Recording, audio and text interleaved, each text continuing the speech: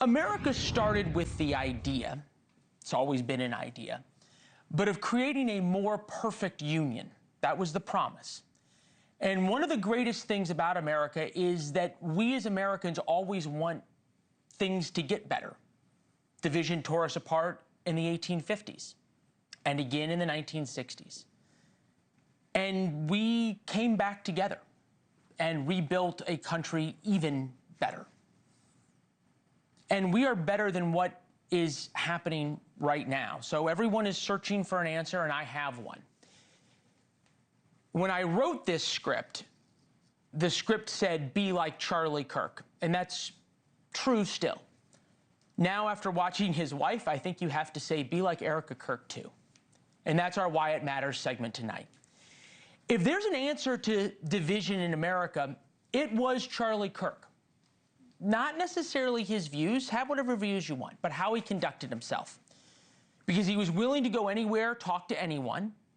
It's what he was doing when an assassin killed him. He did it civilly, with a smile on his face. He never called people names. I covered him for a long time. He argued day in and day out on the merits of the issues. He did it in places where he was unpopular. He was willing to talk and debate anyone, no matter their view. And he was killed for that.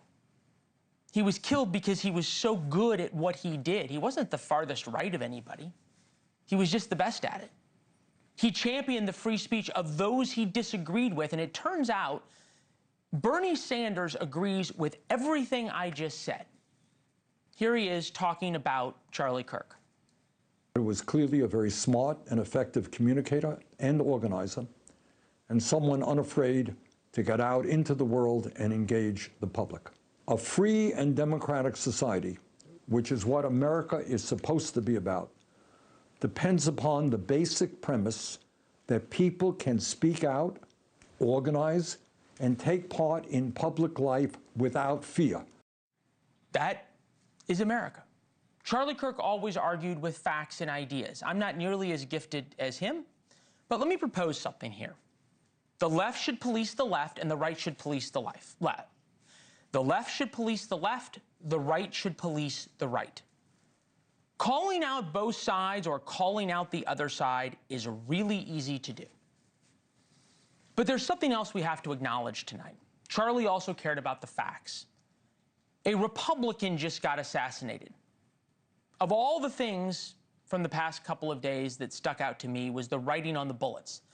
They said, "Hey, fascist, catch."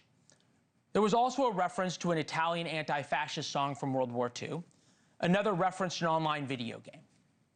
The conclusion is pretty obvious. The left called Trump and Charlie and Republicans fascists. Kamala Harris did it starting in October.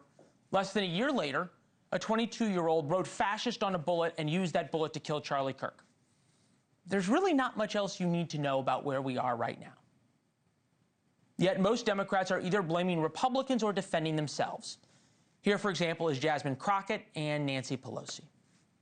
Me disagreeing with you, me calling you, I want to be Hitler, all those things are like not necessarily saying go out and hurt somebody. People don't have any intention of saying something that's going to lead to something dangerous, but we cannot take responsibility for the minds that are out there and how they hear it. I know we have been told for years that words are violence, but somehow now words don't matter. It's impossible to find Democrats policing their own. We've looked. Democrats won't even say that they have a problem on their side. I'll be the first to admit, it is very hard to find elected Republicans policing their own. But this is the moment we are in, this moment right here. And Republicans and Democrats are not equal at this moment. The most influential Republican other than Donald Trump just got assassinated. So for Republicans, it is their friend who is dead. We as a country have to get beyond blaming the other side. So yes, this is a both sides issue. Both sides are going to have to do better. Both sides are going to have to find their Erica Kirks to fight hard and to be passionate and to love their country and to love each other regardless of political stripe. The Republican governor of Utah, in many ways, showed us today how it's done. This is certainly about the tragic death, political assassination of Charlie Kirk.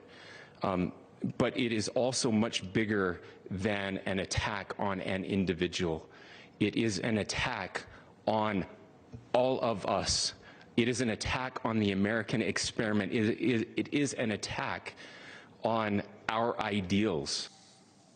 And the American experiment that Charlie Kirk loved and that so many Democrats love as well, is about pursuit of a more perfect union, of always trying to be better, and at our times of greatest division, trying to bring America back together.